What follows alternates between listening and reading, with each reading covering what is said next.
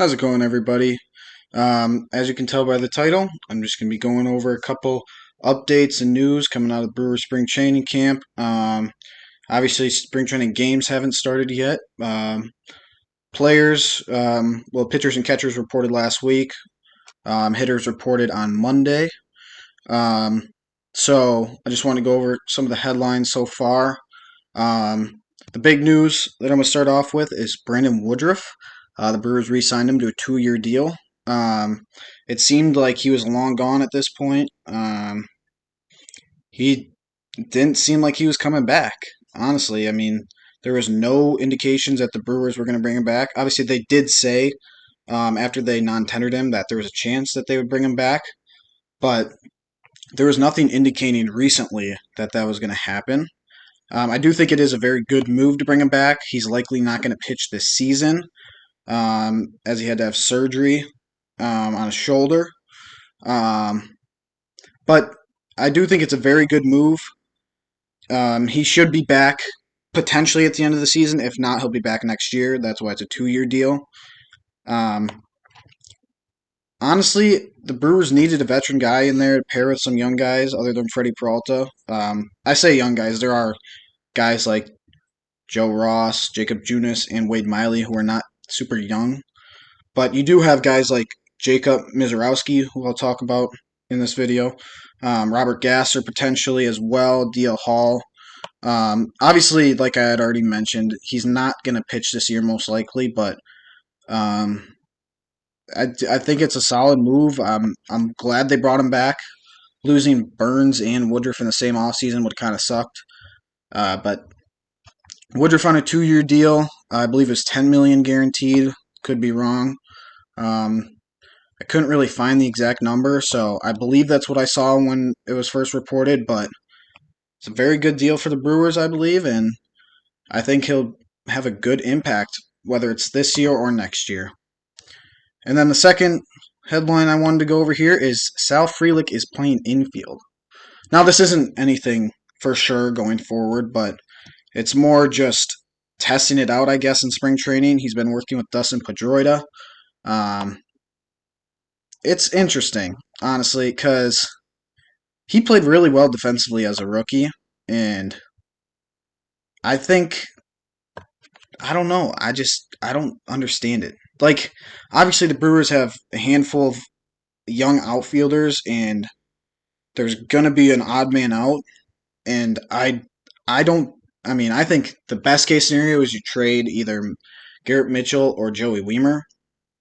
You keep Sal Frelick in left field or right field, but I just think moving him to the infield doesn't really solve anything because then it just creates a logjam in the infield when we got guys like Joey Ortiz, Bryce Terang, Tyler Black, Brock Wilken. I mean, there's a number of guys who are coming up or already at the major league level.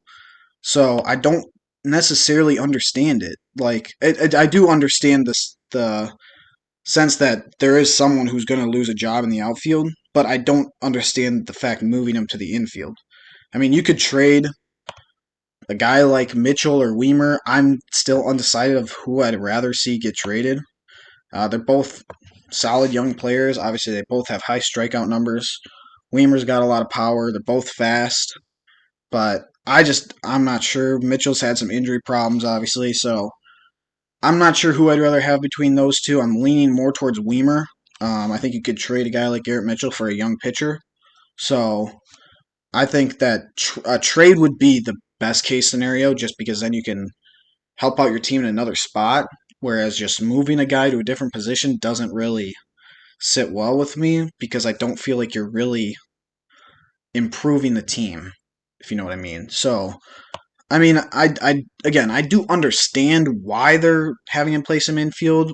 I mean, obviously, it gives him some versatility, but ultimately, I don't think it solves anything. So, I mean, Bryce Terang, I'm not sure if he's going to be the starter at second base. Joey Ortiz might get that job just because Bryce Terang's very good defensively. Don't get me wrong, but he did not hit well for most of that season. So it's up in the air. Honestly, Tyler Black could make the team out of camp. Brock Wilken probably won't, but there's a chance. I've seen rumors that Tyler Black will probably play first base at some point. Obviously, probably not this year, just because of Rhys Hoskins. But maybe if Rhys Hoskins opts out of his deal, I could see Tyler Black taking over as a first baseman, Brock Wilken at third. Honestly, I mean the Brewers' infield's in a very good spot. It's just kind of maybe solidifying the now. Whereas next year, I think they'll be set up pretty well. But I just honestly don't think that Frelick. I mean, he's supposedly he's been practicing second and third base, which are obviously the two question marks right now because Adames and Rhys Hoskins are going to be the starters at first and short. So those other two spots are kind of up in the air. But I mean, I think Frelick would be a starter in the outfield. So I mean, I guess you're just giving some other outfielders time, but then you're taking away time from other infielders. So I know I'm just kind of rambling on at this point, but honestly, I'm just undecided on that particular situation. So next up, I just wanted to talk about Gary Sanchez. Um, no one's really sure what's going on. He signed a deal or agreed to a deal almost 2 weeks ago now, and nothing has happened since then. He's not at camp yet, and there's been no updates coming out of the Brewers side. So there are a couple scenarios mentioned here in this article. I just want to go over those real quick. So first, it could have been a failed physical, and the deal could just be scrapped. But I feel like if that was what happened, I feel like there would have been an update. So I don't think that's what happened. Obviously, I don't know. No one really knows at this point. So, I mean, I hope the deal gets done because I do think he would be a very good DH for us, but no one's really sure what's going on right now. So, the second option here that was mentioned is it could have been something seen in the examination process that worried the Brewers and they wanted to renegotiate the deal, which is what happened with James Paxton and the Dodgers. I feel like that is probably the most likely at this point, just because this third option here is the deal could be fine, everything could be fine, just not finalized yet, which is a little bit confusing to me because I feel like there probably would have been some updates in there somewhere, something would have been mentioned or reported, which nothing has been. So I think that this number two option is probably the most likely. Um, I wish the Brewers or the MLB, whatever, someone would put out some sort of report. Obviously, it'd be coming from the Brewers, not the MLB, but just someone. I just want someone to put out an update, what's going on with Gary Sanchez, because at this point, I mean, I want Gary Sanchez in Milwaukee. His power would fit very well at AmFam Field, so I would love to see Gary Sanchez in a Brewers uniform. So at this point, it's more just fans wanting to know what's going on. I'm sure the Brewers probably know what's going on, and I'm sure it's not just Gary Sanchez doesn't want to show up to camp on time. I mean, I don't see that as a scenario which I've heard being thrown around. So hopefully it's just maybe a renegotiation of the terms of the deal, and hopefully something gets done soon. Because yeah, I mean, I think he would be a solid addition to a Brewers lineup that has had some growth this offseason as far as power and overall stability, honestly. And then my last headline that I wanted to go over early in camp is the youngster Jacob Mizorowski.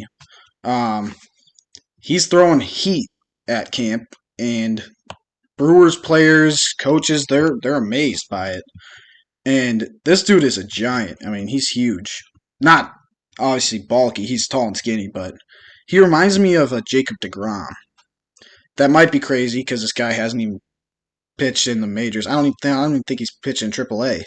But just his build and his repertoire kind of remind me of Jacob DeGrom. So he's fast rising at this point. He's been playing very well early in camp. Obviously, I mentioned he throws gas. I think he hits. Well, he definitely hits triple digits. I don't know if he's hit 101, maybe 102. Yeah, right here, topping out at 102.4. But yeah, he finished last season at Double A. So I feel like he'll probably start this season in AAA. Maybe they want to keep him in Double A just for a week or two to get started, and then move him up to Triple A. That's what Jacob said in an interview. He had mentioned that if he makes the team, cool. Otherwise, he'll probably be back in Double A. Which, honestly, I mean, I think he should be in Triple A at least. But yeah, he's 6'7", 21 years old, and throws a 100-mile-an-hour fastball. If he can control that, which has been his weakness at this point, his command. So if he can command that, I think he'll be a very good pitcher for a long time, and hopefully with the Brewers for a long time. Hopefully it's not another Corbin Burns, Brandon Woodruff situation where they just get really good and you can't retain them. Obviously Woodruff, a little bit different. We've been able to retain him, but we had Burns for what? He made his debut in 2018, I believe, so 5 years, I guess. I mean, like what, 3 good years, right? Because I mean, before 2020, he was not good. So hopefully, it's more of a Brandon Woodruff. You'll be able to retain him, but with the Brewers, you never know. But yeah, this kid has a real chance to make the team out of camp, and I guess we'll just have to see what happens. Joe Ross, new addition, said that it was probably one of the most impressive bullpens he's seen in a while. Which is pretty big compliment coming from a veteran pitcher.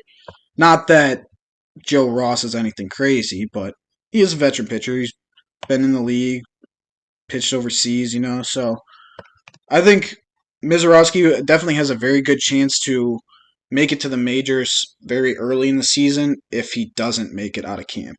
And I don't think he'll make it out of camp just based off the situation. He's still very young, has had some command issues, so I think he'll make it up probably before June. But I guess we'll have to wait and see. It'd be a great addition to the rotation, but at this point, anything can happen considering the youth movement going on in Milwaukee. So I also wouldn't be surprised to see him make it out of camp. All right, well, that's the top headlines coming out of Brewers spring training camp so far. That's all I've got for you guys for today. And if you liked the video, drop a like down below, share it with your friends, let me know your thoughts in the comment section. And I'll be making some more Brewers content coming soon with spring training getting kicked off, as well as some Packers off-season content. The draft's coming up. We'll be making some more mock drafts. If you like that stuff, subscribe. And until next time, go Brewers.